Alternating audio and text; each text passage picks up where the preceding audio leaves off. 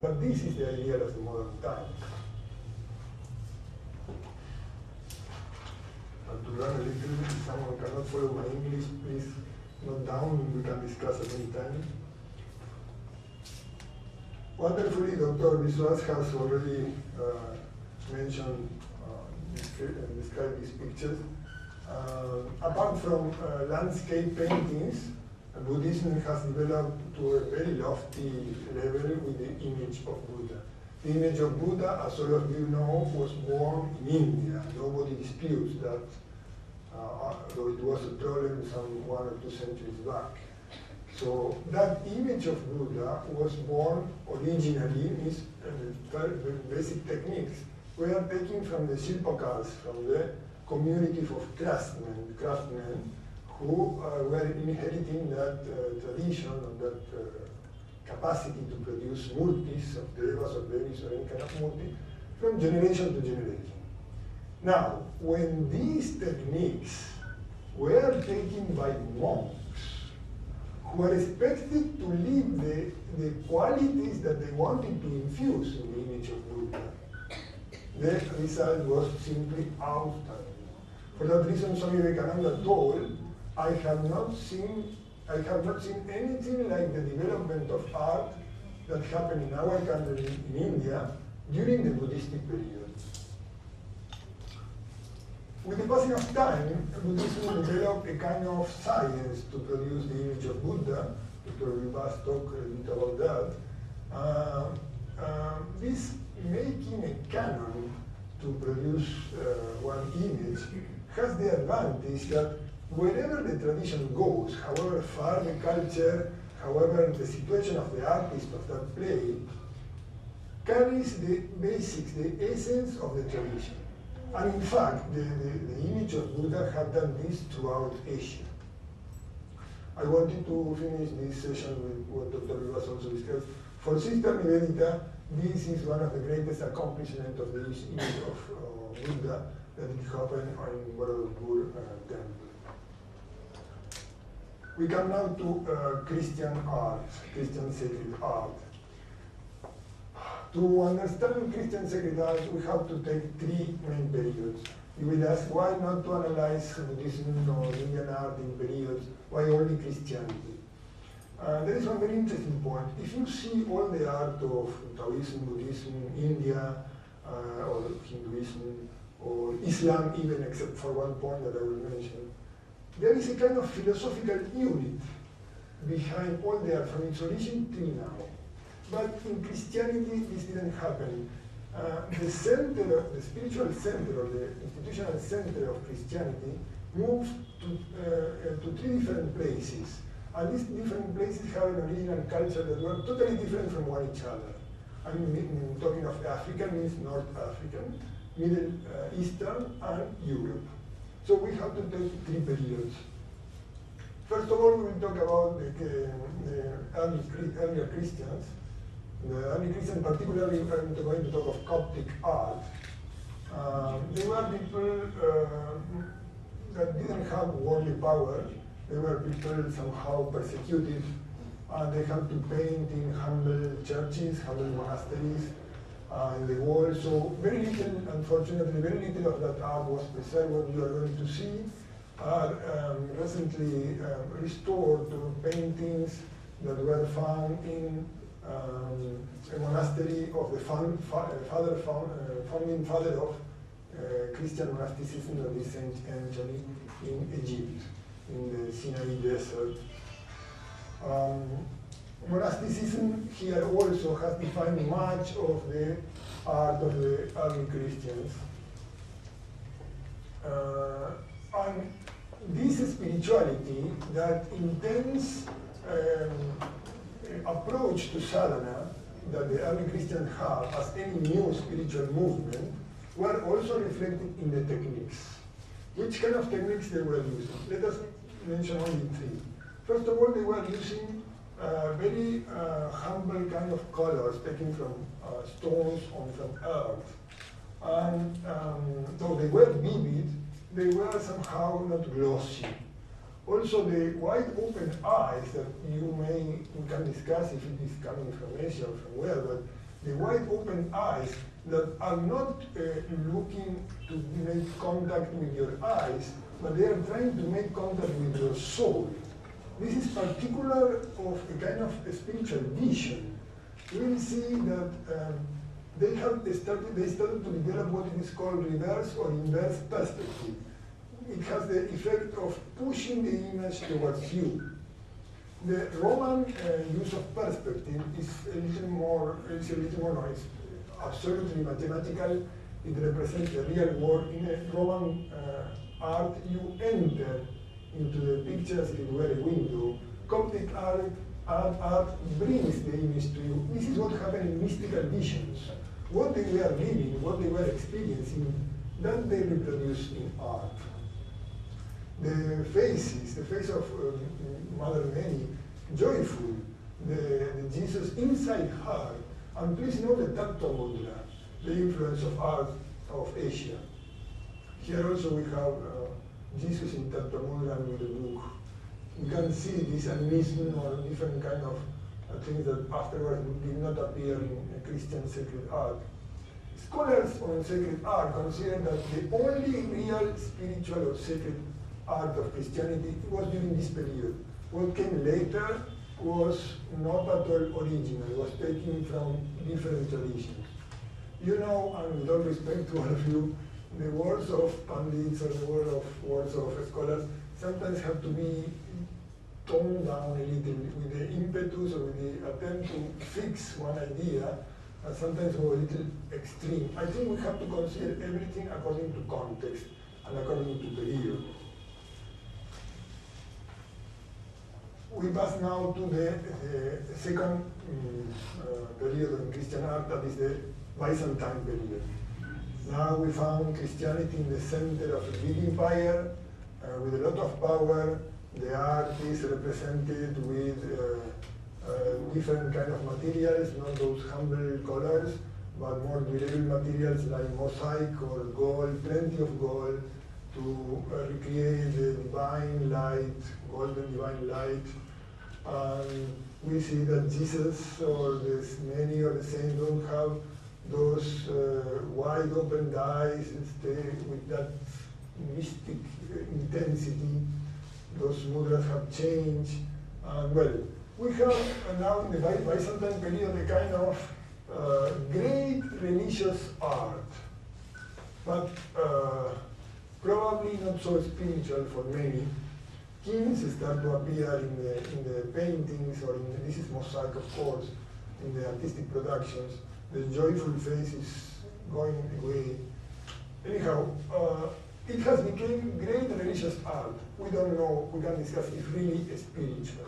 Now, as it happened with the image of Buddha in Asia, at that period Christianity developed a kind of pattern for the production of art, and it went far away. And I will mention just one example that it went far away in, for example, Russia.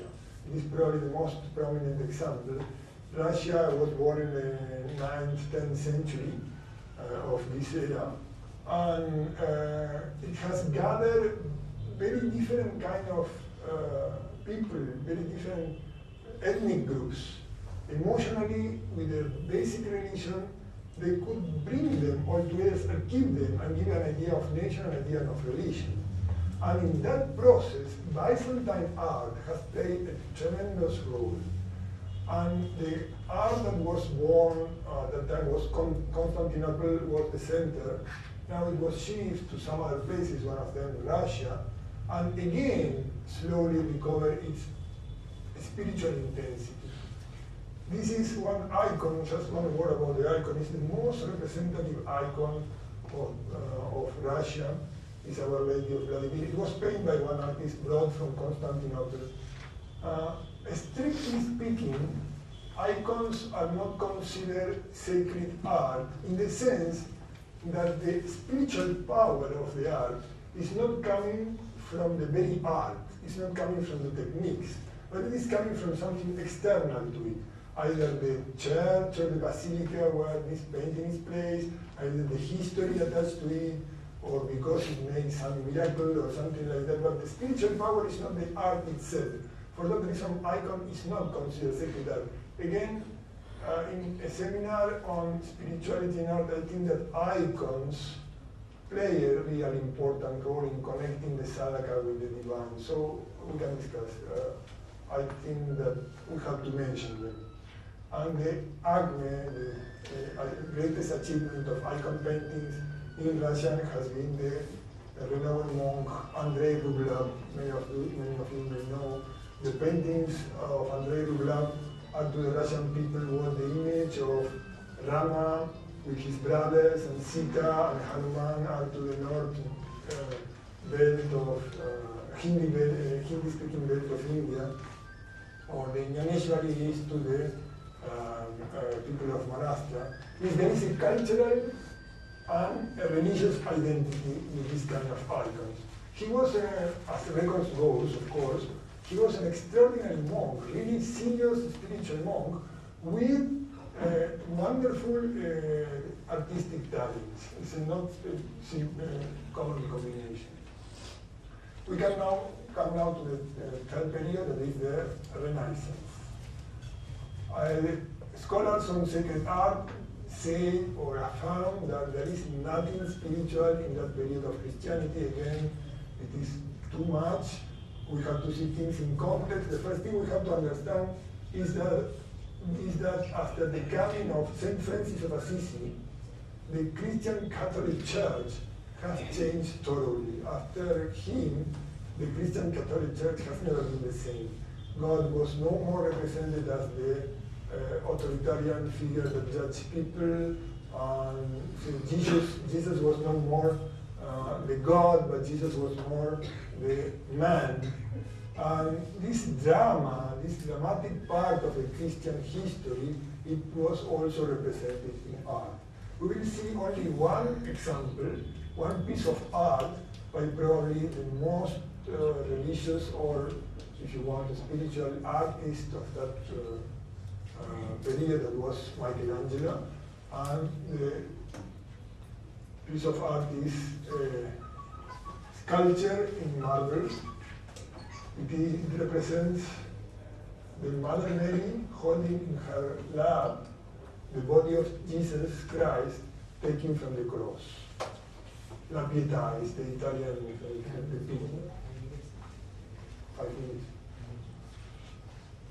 So we will quickly, we know that Michelangelo was 25 years old when he carved that image.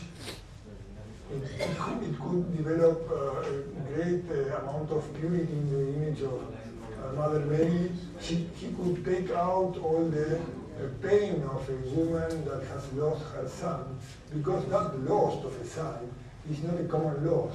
She voluntarily gave her son for the redemption of humanity. So from whatever angle we see this piece of art, this sculpture, we see that he have taken away all the hardness of the marble, as if it all were becoming wax. Everything represents softness. Everything represents surrender to God. In that period, at that time, we have to consider that this is a piece of art, or sacred art. I don't know how we will go in 5 minutes, okay.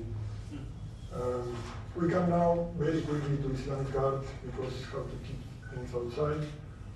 Islamic sacred art may sound like a kind of contradiction, because sacred art is the representation of images and symbols to represent the divine. And Islam, the original figureless Islamic art, is totally rejects this kind of symbols and images.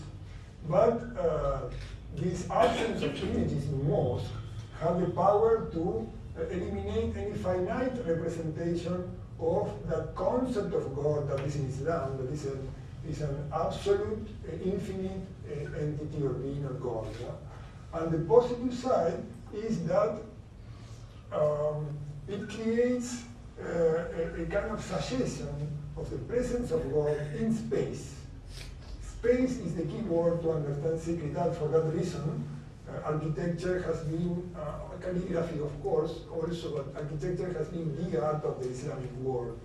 How it suggests the presence of God, this Islamic art, through the change of the environment, through a particular kind of art. And to understand that particular kind of art, we have to review a little the concept of decorative art.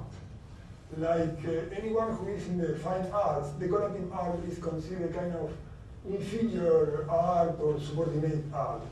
But there are two dimensions to decorative art. One is the one that Swami Vivekananda did not like at all, that is this ornating space, because it weakens the image, it distracts from the main purpose.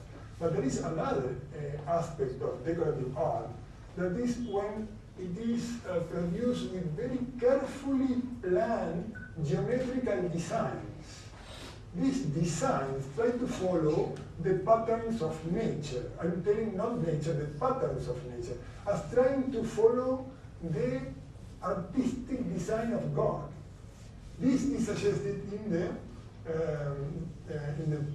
art that surrounds everywhere in the mosque.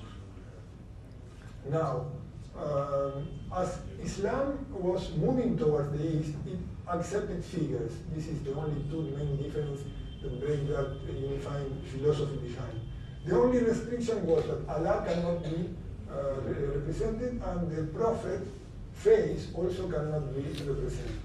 This is very great art of great religious meaning, but I wanted to focus on the original figureless Islamic art.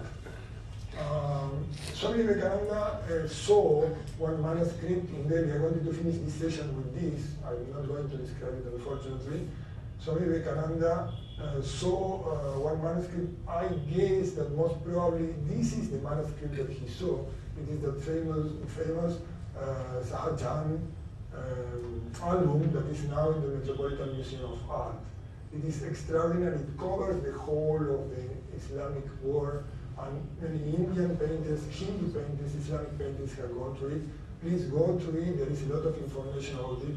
It really is one of the greatest treasures of Indian art. Now, very quickly.